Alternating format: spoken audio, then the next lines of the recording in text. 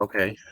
Um, so the title of my talk is The Dissonance Between Scientific Altruism and Capitalist Extraction, the Zero Trust and Federated Sovereignty Solution. Um, so my name is Joseph Yracheta. I was born and raised in Chicago. I did a brief stint at UW-Madison where I was attempting to go to veterinary school. As Jason said, I went to UW-Seattle for pharmaceutics and pharmacogenomics. I'm at Hopkins right now, finishing up a DRPH in public health, where I'm focusing on three intersections of genetics, water availability, water that's contaminated with arsenic, and then how that leads to kidney disease. So, before I start, I am in the biomedical space and health disparity, but I think that you will find that a lot of what I'm talking about goes across different digital sequence data, as well as other data that goes with the digital sequence data. So bear with me, and I think you'll see a pattern that forms. So why open data? As a scientist, I believe in open data.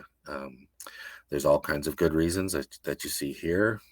It's egalitarian, it's altruistic.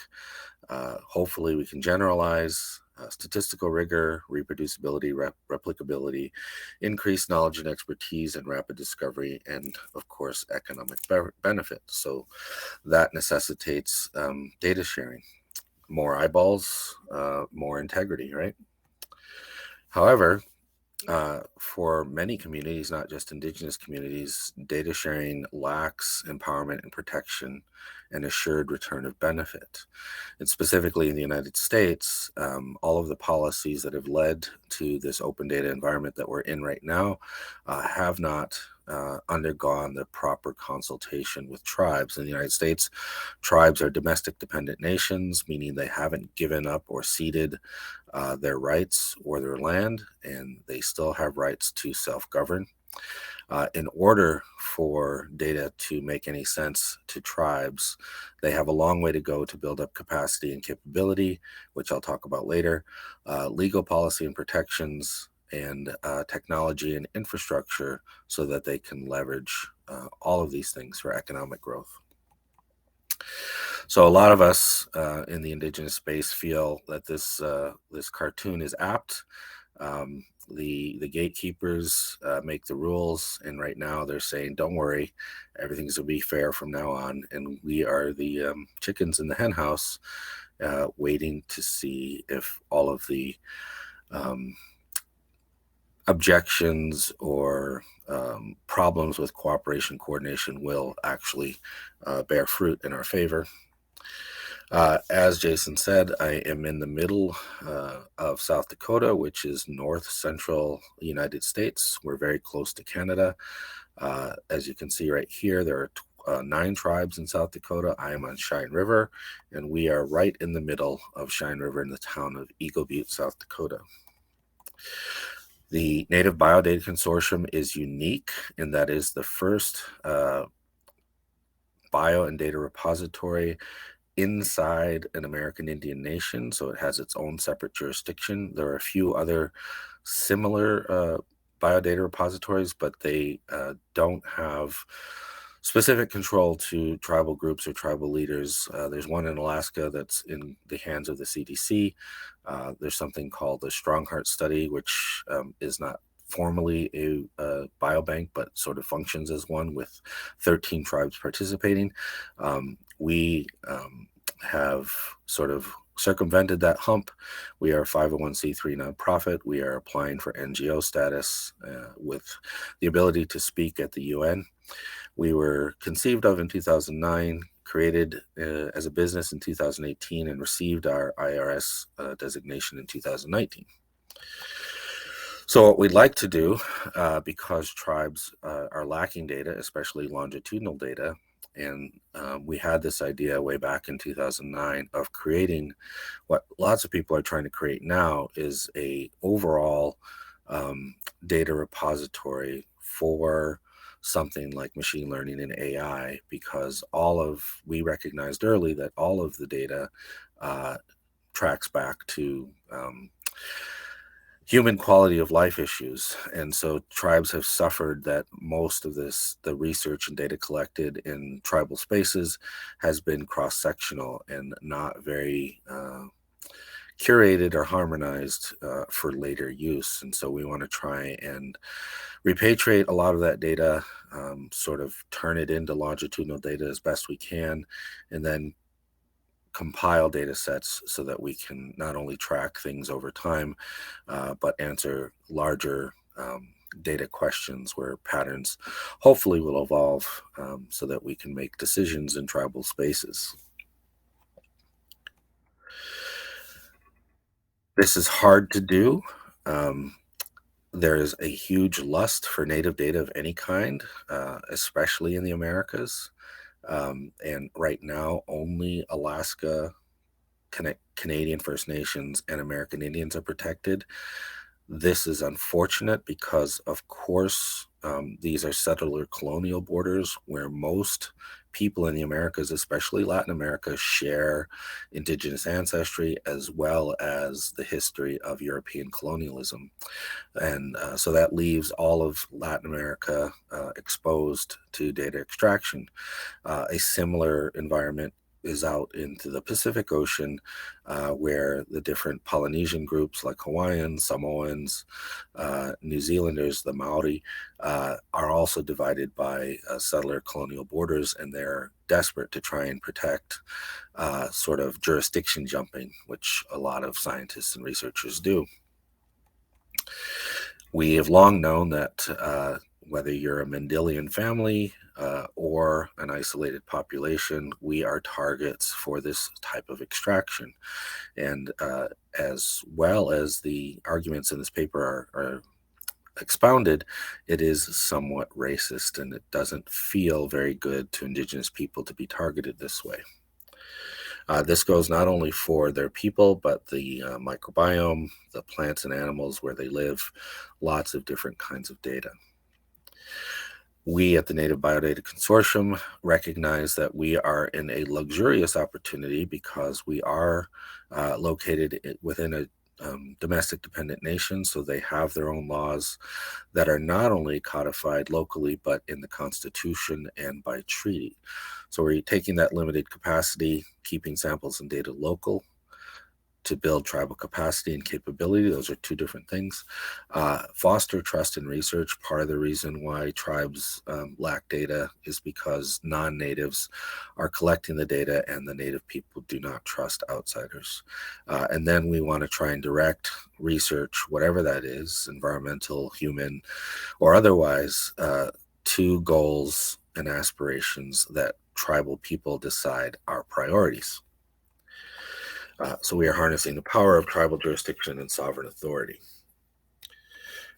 We are in this, at least in the United States, we are in this because of two pieces of legislation. One is the Bayh-Dole Act of 1980, where since most of the data was produced with public tax dollars at universities, one of the claims was that nobody is advancing the use of the data because people are selfish and they only do things for profit.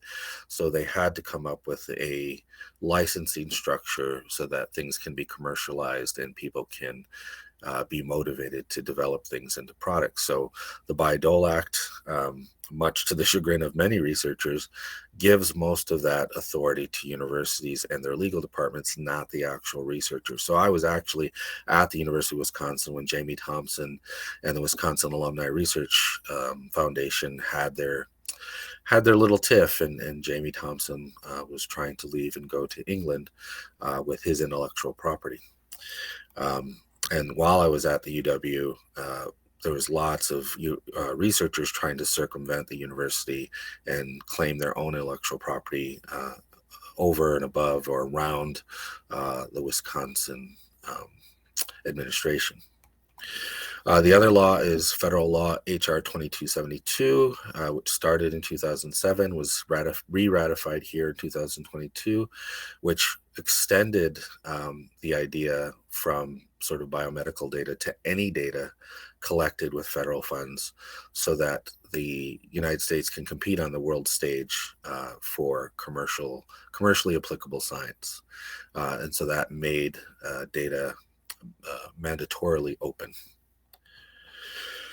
As I said, this is in contention or in conflict with tribes and their standing as independent nations.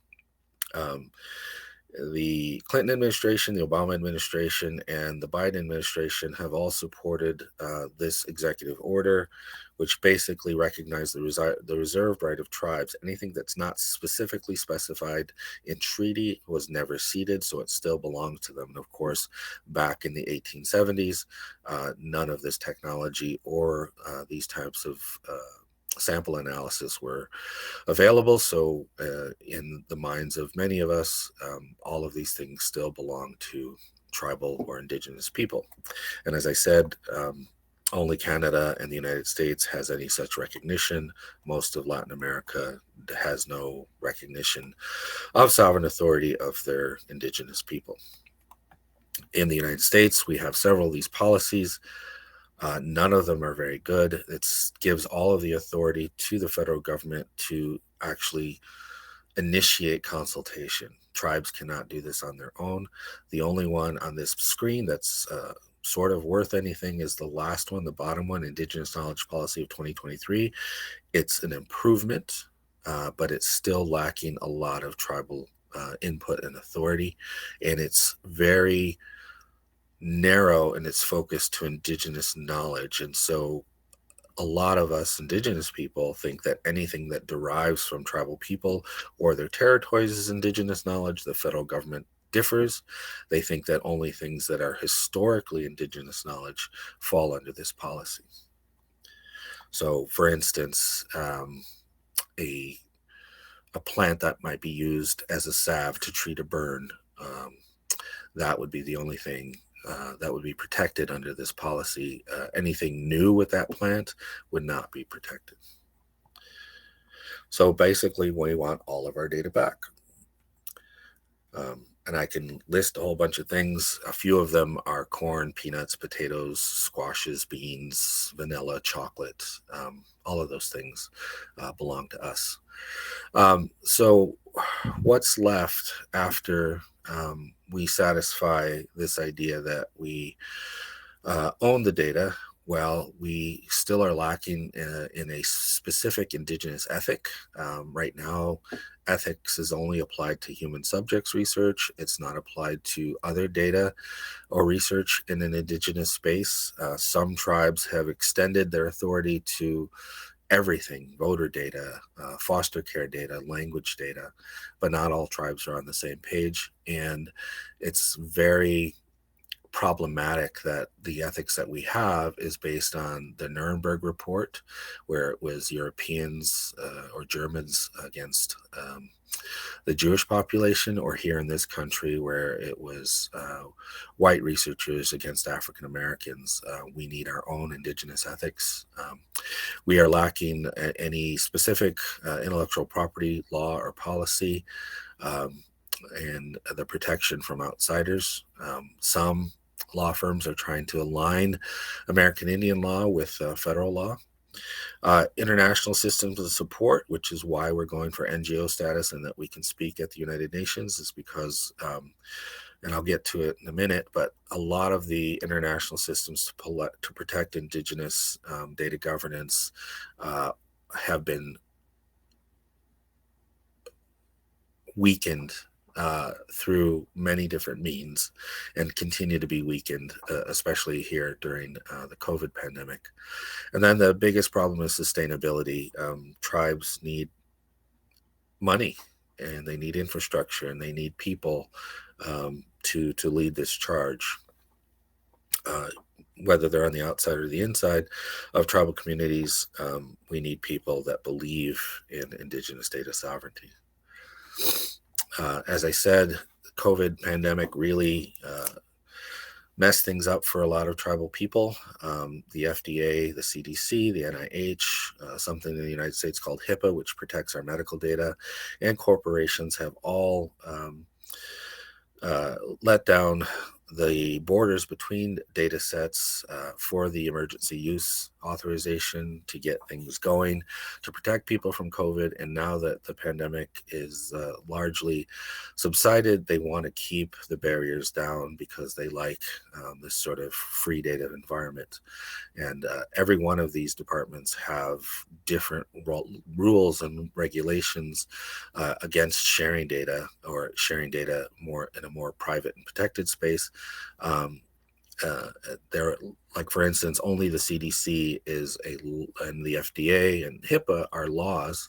The NIH operates under a policy called the Common Rule. So they're very much different in how they operate. And they do not recognize machine learning and AI's capacity to merge data sets over and above any personal consent. And the idea of communal consent by people groups like African Americans or a sovereign group like Native Americans is still not widely recognized. Obviously, it's still a problem. We see this recent article, June 19th, 2023, people are fighting, like nations are fighting over virus data. Because if you remember, when the Omicron was discovered, Africa took the hit and they didn't like it. So they're less willing to share their COVID data now because the other countries either banned travel to Africa or are exploiting their data. So it's becoming an increasingly contentious issue. So as I said, I was going to explain capacity and capability. So open data to me is like a clean, full lake, right? Everybody should enjoy it. It's free. It's given to us by God or creator, whatever you want to have, nature. But not everybody has equal access because they don't have the capacity or capability to draw anything from the resource. So a lot of times when high-tech research is done in Indian communities, it's like giving them a race car and not having the road to drive it on. So they have full capacity, but they don't have the capability to use the vehicle. Moreover, once the project has ended, for whatever reason, it's like saying, here is your car, but I'm going to keep the keys. You can't have the keys. I'll drive you wherever you want to go. So that's not true capacity if somebody else is holding the resource sort of hostage, in a paternal way. So this is sort of the situation, a regular person trying to get a glass of water and have no ability to get the water because they don't have the equipment to get down into the cup. And then you have larger, better outfitted and resourced companies and governments that are draining the lake by the truckload. So open data is not exactly fair because of this capacity and capability issue. And we don't want to have what we've had for 530 years, where third world countries or countries that are victims of coloniality to suffer this continued experience of extraction and inequity. So we're afraid that something's going to happen like this, where some people are going to have a wonderful time with the data, and other people are going to have to pay big dollars to either get the data or receive any benefit from the data.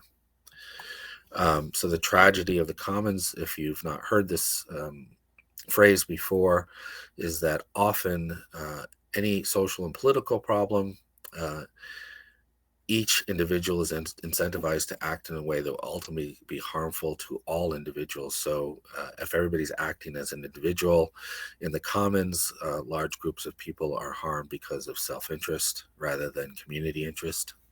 And I don't know that I haven't seen yet, and I'm happy to hear questions or thoughts from the audience about any article that has tried to solve this environment in the open data environment for researchers. So again, with machine learning and AI, it's worsening the problem. What we're afraid of is these systems can compile lots of data and leave out the human and still come up with a fairly good profile of a digital twin.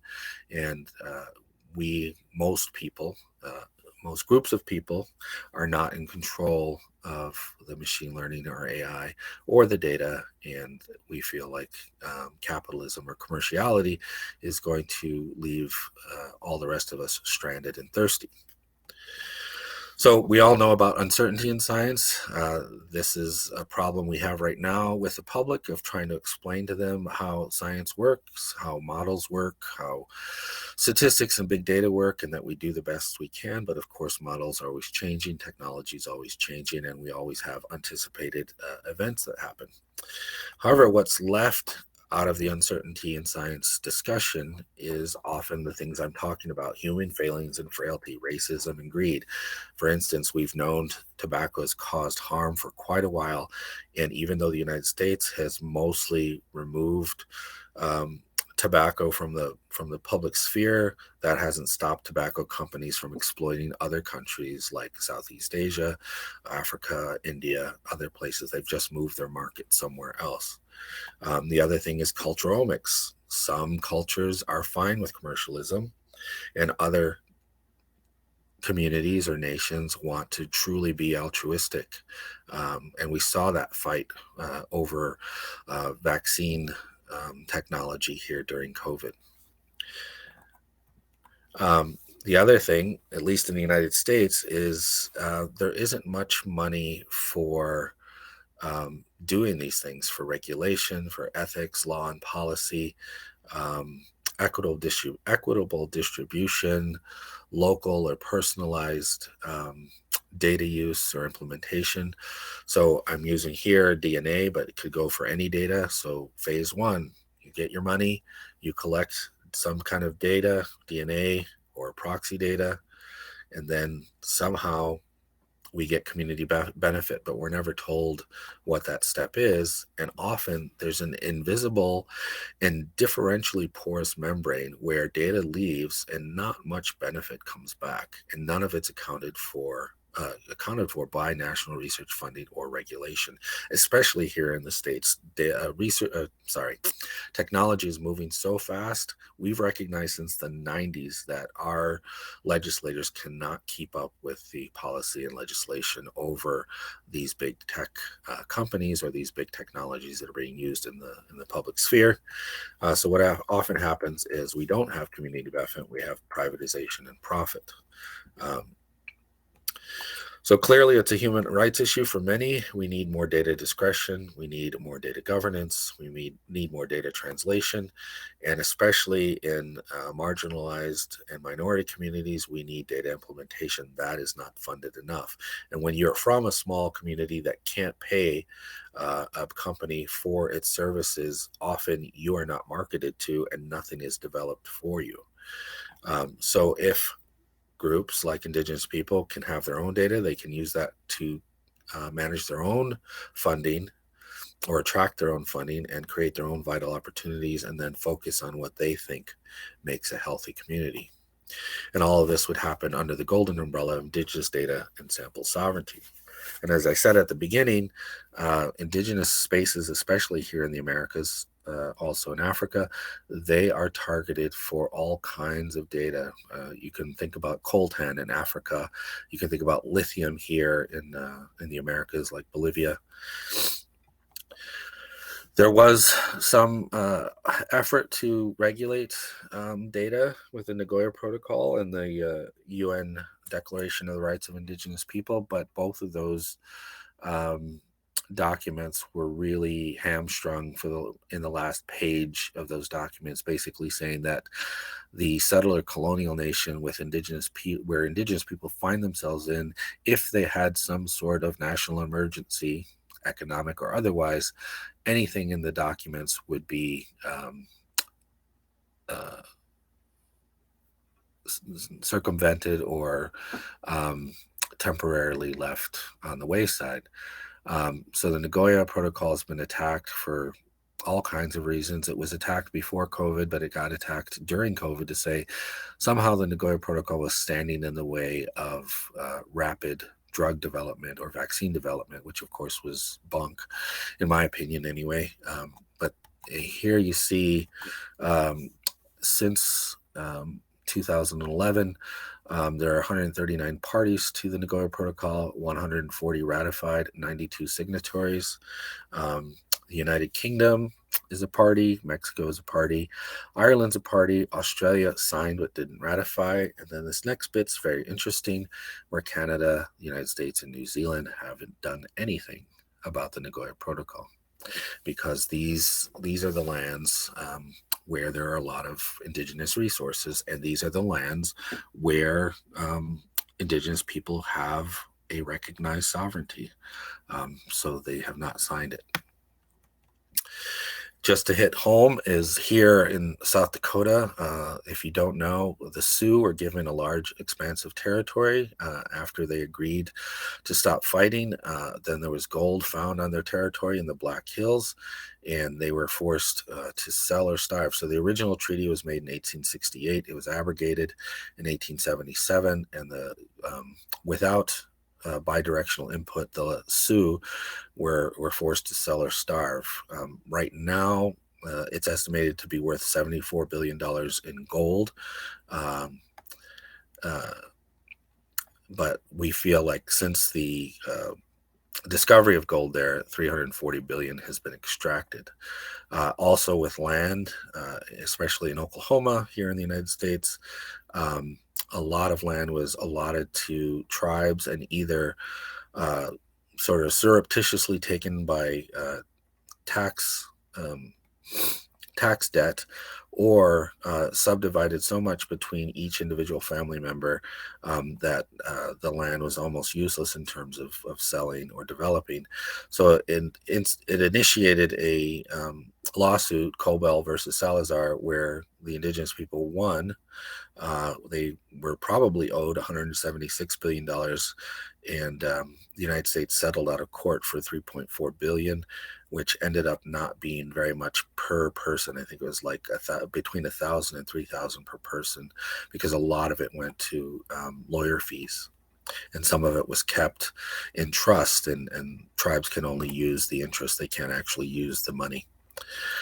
So this is the legacy of colonization. There's fundamental differences in worldview between the West and many indigenous people. The West says winners must have losers. And right now with this open data, it's a recapitulation of discovery and progress at all costs. That, like I said at the beginning, there's not been a lot of discussion with marginalized groups.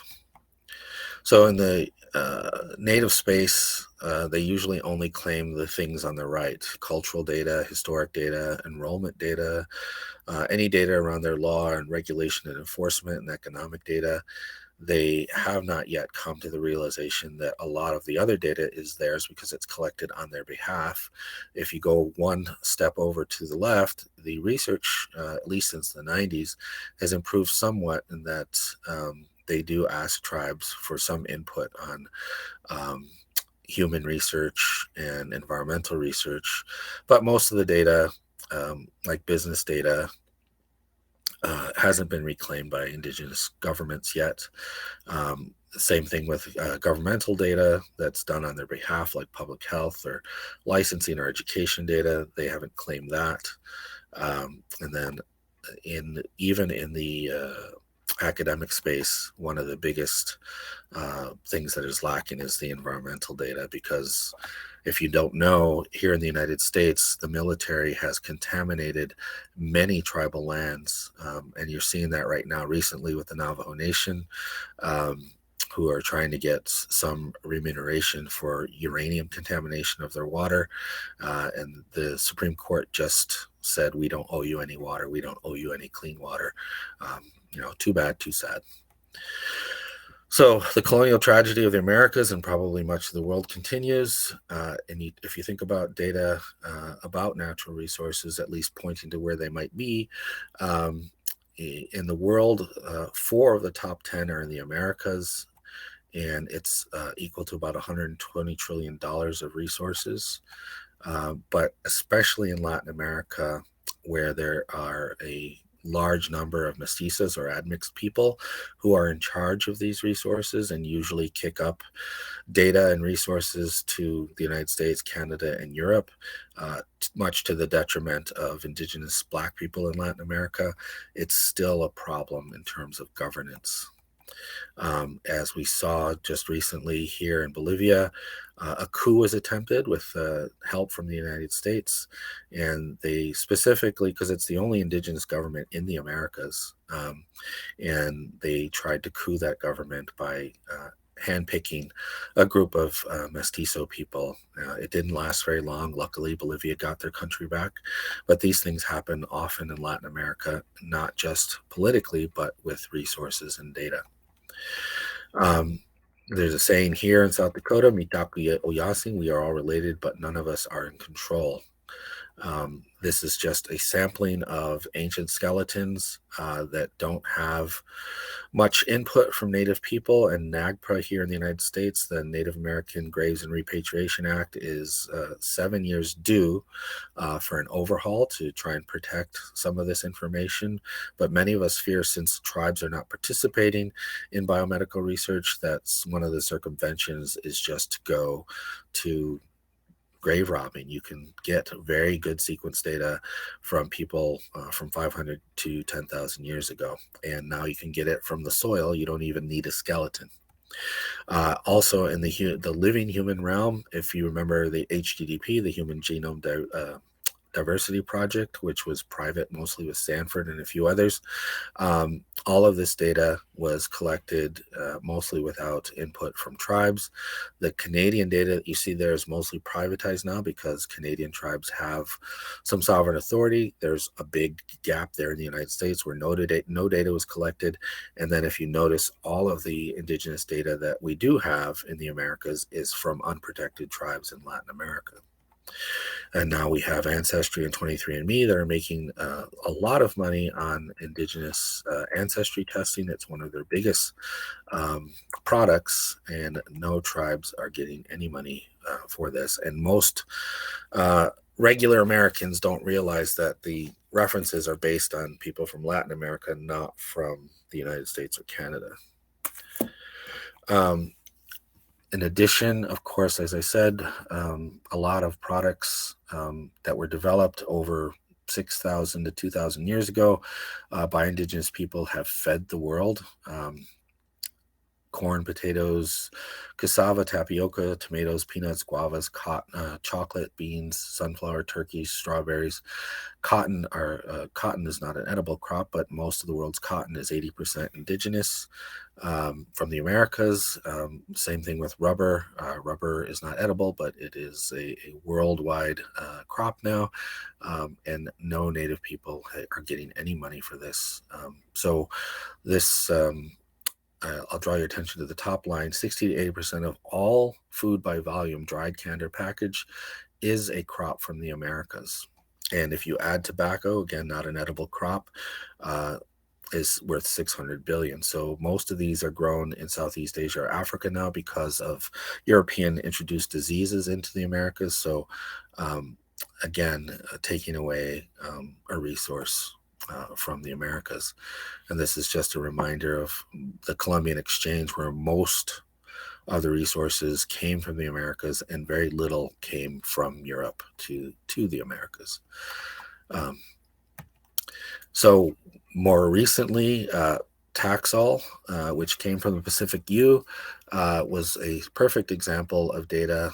Historians, anthropologists, knew that tribes in the Pacific Northwest were using something to treat themselves for cancer. It caught the eye of pharmaceutical companies. They cut down all the trees. It's a slow growing tree. They had lots of pirating. There's college students and other people stripping the bark off the trees because it was a highly sought after resource. And come to find out, if they had taken their time, the actual generative organism was an endophytic fungus that grew under the bark of the tree, not the tree itself. And it was a enzyme that made unique chiral centers. And so since then, Taxol and its derivatives have broken off into many different companies, and it's very unlikely that any tribal groups will be remunerated or have their trees replanted. And then here we see that the Chinese were using Artemisia species, or different sort of white sages, for treating malaria. They were overused. They're now actively looking at all the different sage species, or Artemisia species in the Americas, for something similar, again, without tribal consultation or benefit. My mentor at the UW, when we were at a pharmaceutical conference in San Diego, he told me about Taxol, and he told me there's a book called The Story of Taxol, and he basically warned me. He said, Joseph, you want to protect tribes, you should probably tell indigenous leaders to think bigger. They need to get away from traditional ecological knowledge and protect the whole plant, even the roots and the microbiome. For Taxol, it was the unique enzyme from the endophytic fungus under the bark of the Pacific yew tree that was discovered to make lever rotary rotated chiral centers. It's fundamentally changed the landscape of drug development. Also recently, 400 Amish people were sequenced in Lancaster, Pennsylvania, in a public and private partnership between the University of Maryland and Regeneron, to develop a PCSK9 drug, which is a drug for high cholesterol. They sequenced these people. Just so you know, the market for PCSK9 drugs was $2 billion in 2022, estimated to be $3 billion in 2023. Repatha, Regeneron's big drug, earned $333 million for the company in 2022. Anyway, with the data, the genetic data from the Amish, they were able to develop 3 drugs. One failed the FDA trials. 2 have already passed. They're going to make anywhere between $160 to $300 million a year, and the Amish will get neither royalties or free drug. So the NBDC recognizes that many groups of people need safe harbor from a lot of these corporatists. And the NBDC asks for researchers and universities to respect the suffering, whether it's economic, political, or environmental, of Indigenous people, respect the need for intervention they believe is being filled by research participation, because Indigenous people, when they do participate, they believe that they're going to get help immediately or intermediately, not 20 or 50 years in the future. Respect the uniqueness of adaptation to place, and even the uniqueness of admixture, because that is also valuable to genetic architecture. Respect the proxy data, especially because there's a lot of data that's outside tribal control that's been collected for the last 70 years. So the NBDC asserts and practices Indigenous data sovereignty, and this quote is from Stephanie Carroll, University of Arizona. Accordingly, we view research sovereignty as a form of Indigenous self-determination concerned with securing Indigenous people's control over the acquisition, use, storage, and reuse of their data, not only under their authority, but especially in the custody of researchers, sponsoring institutions, and other data actors. So we use something called OCAP from Canada, which is ownership, meaning all the policies, resolutions, ordinance, and statutes and laws. Control, which means tribal administration, native scientists, native technicians, native planners, native grant writers. Access, we would identify data that's out there, repatriate it, and then we would grant data sharing permissions and rules. And possession, we would actually hold the samples and data on tribal lands.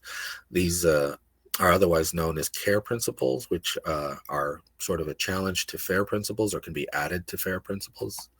Data governance has many parts. This is a very complicated slide. I'm not going to go through it, but we have to look at the different people, the rules of engagement, the processes, who are the stakeholders, who are the governance officers, who are the data stewards, which usually are us, the researchers, and the why. The why is the biggest reason. If there isn't a direct benefit to the people that you're collecting data from, then don't do it.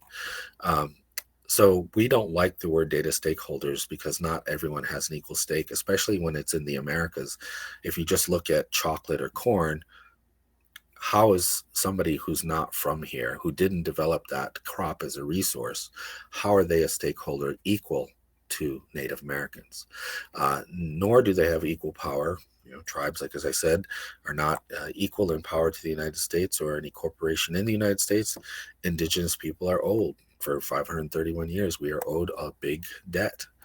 And so just so you don't think that this is some brown person complaining, this is being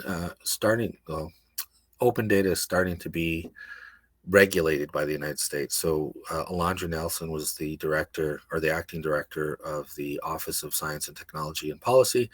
And she wants to go to a zero trust and scientific integrity model. And it's not necessarily in opposition to open data. It's supposed to make open data more safe, secure, private, and hopefully ensure widespread benefit. So this is just one article that I pulled from January 2022. Alondra has since stepped down from that office. And then this is from May 3rd, 2023. Federal agencies are moving forward on zero trust, not only for things like the Department of Defense, but even for research data, because the United States recognizes their own stake in their data sovereignty against the enemies of the United States. So we came up with this. Traditional knowledge labels, which I'll get to in a minute, biocultural labels, also get to in a minute, watermarking data like Google and other companies do to track data through time and space. We at the NBDC have created a dynamic consent portal, which isn't only individual consent, but tribal consent. It basically digitizes institutional memory, the blockchain or ledger systems, federated and decentralized learning so that we can have data unlocalized. And controlled by local authorities, Dockerizing and containerizing data. So when you do give access, it's temporary access, it's revocable, non-cloud based, and limited in the final printout, so to speak. So no raw data is shared. Local context is a international group of Indigenous people and lawyers, and one of the stopgap measures are these labels. The provenance label, which doesn't really determine legal ownership, but at least if you are an ethical researcher, you can track back where the data came from. Then there's biocultural labels, which are sort of like the Creative Commons licenses, where data has restrictions or openness, or you should call somebody first, or there's certain kind of protections or procedures that you have to go through. So it's a good framework. And again, it's not just Indigenous people. There are other populations.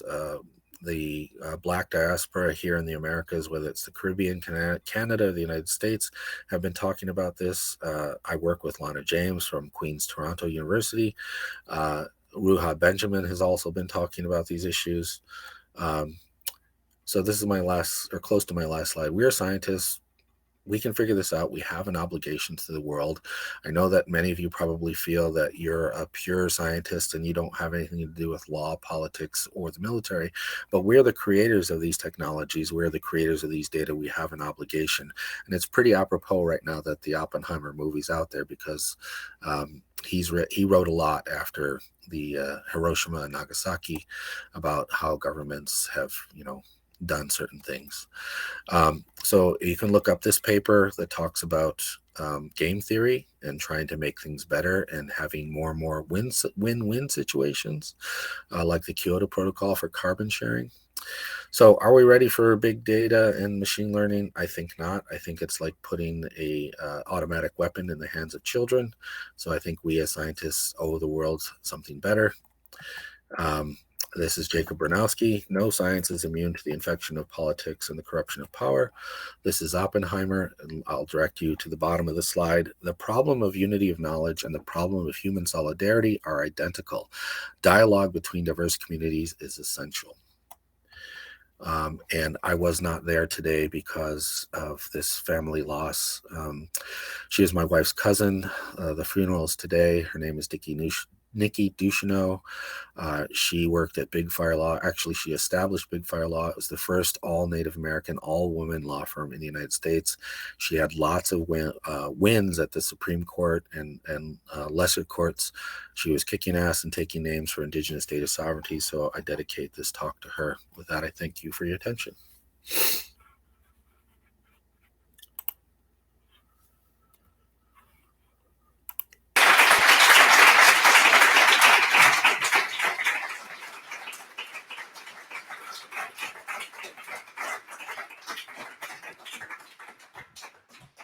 So as you can kind of tell, Joe, thank you for joining at this extremely early hour for you.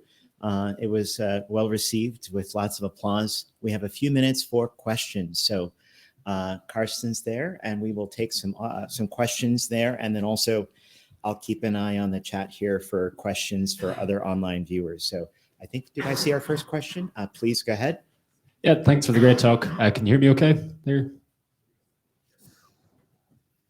Yes, I think you said yes. Yeah, yes, that's grand. Okay, yeah. Yeah, I was just wondering, I suppose, with those principles in mind, maybe could you speak to maybe how that would change the maybe like basis of scientific inquiry, because it is like very much centering like a utilitarian aspect, which is definitely kind of important, I suppose, for kind of giving back to the communities that are giving the data that it's come from. And yeah, I don't know, could you see that resulting, I suppose, in like maybe some less abstract questions in some respects and something that's more grounded in like kind of tangible, practical benefit to communities? I'm a little confused by your question. So an abstract discipline might be, say, cosmology or physics or something like that, and that would be more abstract. Are you asking for how it would affect more practical research, like, say, drug development? Yeah, I think I just would be thinking about how a lot of research, I suppose, on human data can feel a bit divorced from actual kind of practical utility for patients, especially in kind of like a disease context, even though it is in like disease settings. And yeah, I suppose just having a bit more data sovereignty, would you see that kind of changing that maybe? I think it would improve upon it. Like I said, one of the bigger issues is a lack of trust. I mean, it's not just Native Americans in the United States that mistrust the system. It's lots of, lots of African Americans too. So there's just a lack of data from non-white populations in the United States. And if you look at some basic questions about single nucleotide variation on different genetic backgrounds, in many cases in a white background, it's deleterious, but on other backgrounds, like for instance, BRCA1 and 2, there isn't any. And so that's a question that's sort of unanswered, and we need to understand what is it.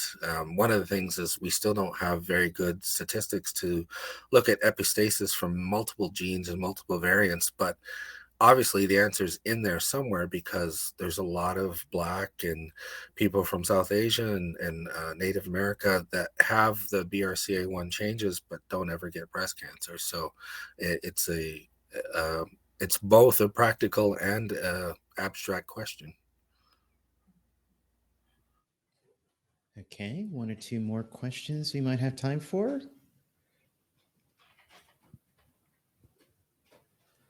I have one while we're waiting. So again, thank you, Joe. One of my questions is very specific to where we sit in this conference. In fact, right, this is a conference of computational biologists. We're in a room of people who actually are really involved in open source programming and thinking about that. What would you say are the responsibility when you talk about people who are sort of divorced from the work? I think all of us who do bioinformatics, we're trying to solve a very specific question, and we may not be thinking of the implications, but really, what do you say is the ethical obligation of people who are just writing code or quote unquote just writing code and not necessarily questioning what that code may one day be used for? what would you say is our ethical responsibilities that people who are very far removed from what the implications of their work might be, that we should educate ourselves and think about how we might unintentionally be participating in that system? I think you can answer that question for yourself. So one, and this has been wonderful to find out. We have colleagues at Duke University that are not only collecting human data, but also data about the virus itself from COVID, and they will not even start working on the data until they find out that it's ethically sourced. They need at least 3 documents. They need an ethical statement from ethicists that work with the data. They need a contract or a signed letter from the indigenous group.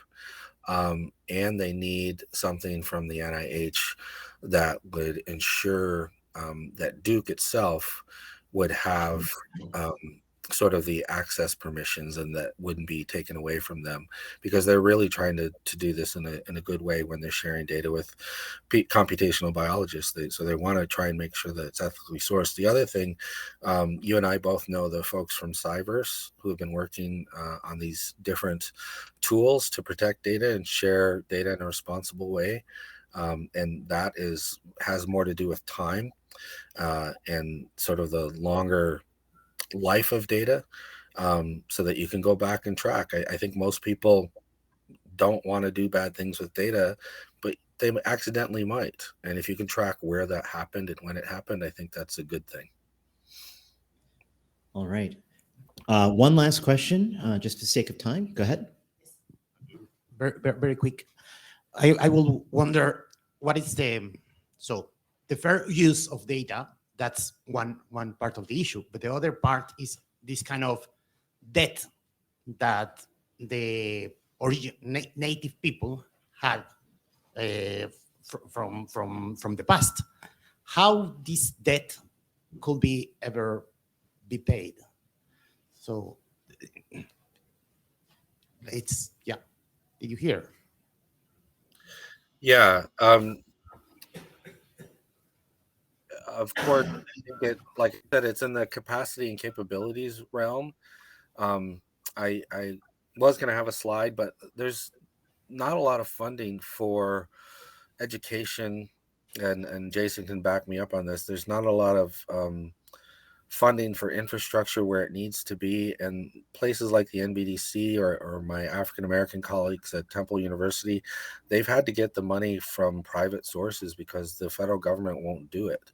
And so in terms of like the easiest way to create sort of a remunerative or restorative environment is to build capacity. And I myself was a sort of a victim of that. During the Obama administrations, they had the American Recovery and Reinvestment Act, which was supposed to train people like me. And the NIH gave money to my 2 advisors, like $15 million, with the goal of training people like myself. But then the NIH says, oh, we don't do training. We don't do travel for students. We don't do all of these things. The money is only for data collection. It's like, well, that's not in the spirit of what Obama had given the money out to. So there are all of these sort of silos, because they told us, like, you need to go to the NSF if you want training money. And it's like, well, you need to remake your system if you're really trying to fix the system. And the policies and the law. So yeah, I would say that's probably the easiest way.